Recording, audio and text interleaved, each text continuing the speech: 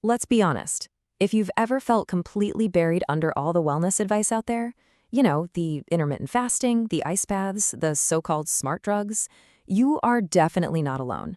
It seems like everyone has a secret hack for optimizing your life. Well, today we're going to cut right through all that noise. We're going to build a really practical guide to biohacking using a simple, powerful model. So let's kick things off with the big question that's driving this whole movement. This is it, right? At its core, this is the question. It's this powerful idea that taps into that, universal desire we all have for self-improvement, for a little more control over our own biology. And it turns out, this question isn't just for a small group of tech nerds anymore. Not by a long shot. In fact, get this. A 2025 survey from the Sanctuary Wellness Institute found that a staggering 2/3 of Americans now consider themselves biohackers. Yeah, think about that for a second. This isn't some fringe movement, it has gone completely mainstream. But what does that word even mean? What does it mean to be a biohacker? Let's break it down. Okay, so biohacking. It's all about taking agency. It's this mindset that says, hey, we don't have to just passively accept our biological limits. We can experiment, we can measure, and we can make these systematic changes to improve our health, our focus, and yeah, even our longevity. But where on earth do you even start? Here's our game plan. We're going to structure our whole approach today like a pyramid. The most important foundational principles, they're at the bottom. Only after you master those basics should you even think about moving on to the more advanced stuff. It's a really simple way to prioritize what actually works. So let's start at the bottom with the absolute non-negotiable for any kind of performance: sleep. I'm telling you, you can try every fancy hack in the world, but if your sleep is a mess, the whole pyramid is just going to crumble. And the stakes here are really, really high. Research from MD Anderson Cancer Center makes it crystal clear that chronic sleep loss isn't just about feeling a little tired. We're talking about serious, long-term health consequences, everything from metabolic issues to a totally compromised immune system. So mastering this foundation, it really just means nailing your sleep hygiene.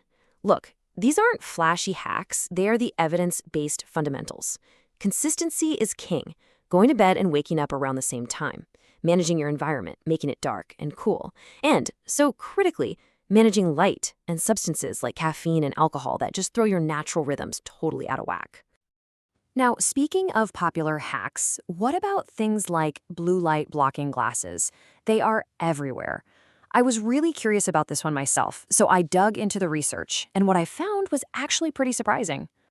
Okay, so let's look at the evidence. The big claim that these glasses reduce digital eye strain, well, that doesn't really hold up. It turns out eye strain is much more about how poorly we blink when we're staring at a screen. But, and this is a big but, they can help with sleep. And that's because blue light at night messes with our melatonin, the hormone that tells our body it's time to sleep. So yeah, the glasses can offer a modest benefit there. So the real takeaway here is this. The hack isn't the glasses themselves. It's the principle behind them. Managing your light exposure, getting bright light in the morning, and avoiding it at night. That is absolutely essential for protecting your body's internal clock, your circadian rhythm. That's the real foundation of good sleep. All right, let's move up to the next level of the pyramid. Nutrition. You gotta understand, food isn't just fuel for your body. It's literally information that directly impacts your brain's performance and even its structure. And the research makes this connection incredibly clear. Diets rich in omega-3s, especially the DHA you find in fish, are shown to support what's called synaptic plasticity. In other words, your brain's ability to literally rewire itself and form new connections. Now, on the flip side, diets high in saturated fat and sugar, well, they've been shown to actively reduce your cognitive performance. So how does this actually work? What's the biological switch? Well, a key player is this molecule called BDNF. The easiest way to think about it is like fertilizer for your brain. It is absolutely vital for learning and memory. And here's the aha moment. Its levels are directly influenced by the foundational layers of our pyramid: sleep, diet, and exercise. It is the master key, the biological link that ties all these healthy habits directly to a high-performing brain. Okay, so once you have your sleep and nutrition really dialed in, you can move to the next level, actively building resilience. This is about more than just trying to avoid stress. It's about strengthening your ability to handle it. I absolutely love this quote from Tomas Barreto. It just perfectly shifts the focus. The goal isn't some fantasy life without challenges. No, the goal is to build a system, a body and mind that can withstand and maybe even grow from those challenges. Now, the scientific principle behind a lot of these resilience-building hacks is something called hormesis. Basically, it's the old idea of what doesn't kill you makes you stronger.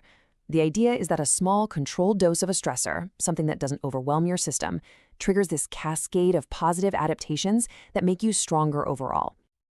And this shows us exactly how to put this into practice. First, you have short bursts of intense exercise, like sprints. Then, there's heat exposure from something like a sauna. And finally, cold exposure, like a cold shower or an ice bath. All of these use a small, controlled dose of stress to trigger a really positive adaptation in your body and your mind. And now we arrive at the peak of the pyramid.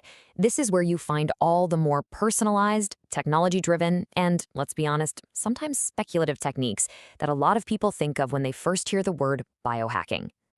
But before we even look at the tools, let's look at the why. The data shows the primary drivers are just deeply human.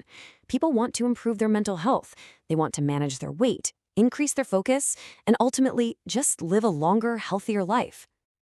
And here's a peek at that advanced toolkit. We're talking about things like intermittent fasting, using wearables like Oura rings or continuous glucose monitors that track everything in real time.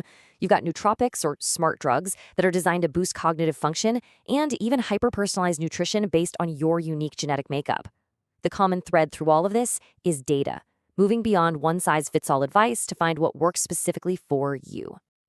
So, after exploring all these different levels, let's bring it all back to our central model, and really, the most important takeaway from this entire explainer. This quote just says it all. The flashy, advanced hacks at the top, they're really tempting, but they are pretty much useless without a strong foundation. Energy and health, that's the base. And everything else, your productivity, your resilience, your longevity, it's all built on top of that. So here it is, your human optimization pyramid. Master your sleep. Then fuel your body and brain with smart nutrition. From that solid base, you can amplify your resilience through these controlled stressors. And only then, if you choose, should you explore the advanced hacks at the very peak. This is your roadmap. So the real question this leaves us with is a personal one. Before you go chasing the next shiny hack, take an honest look at your own pyramid. Is your foundation solid? Because mastering that, the simple, unglamorous, essential base, is the most powerful biohack of all.